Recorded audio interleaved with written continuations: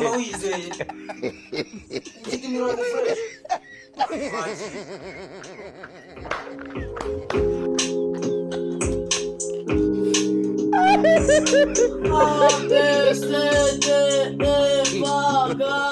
God have mercy. nibyo ngibyo uzana muri studio hindura imirongo abantu ireta 1, 2, 3, 4, 5, 6, 7, 8, 9, 10 uruzuye cyangwa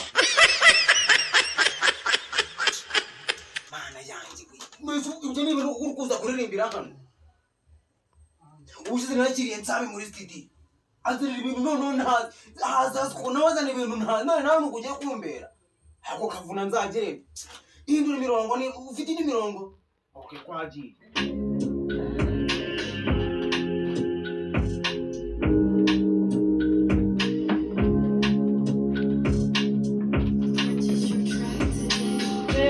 Dissolve. Dissolve.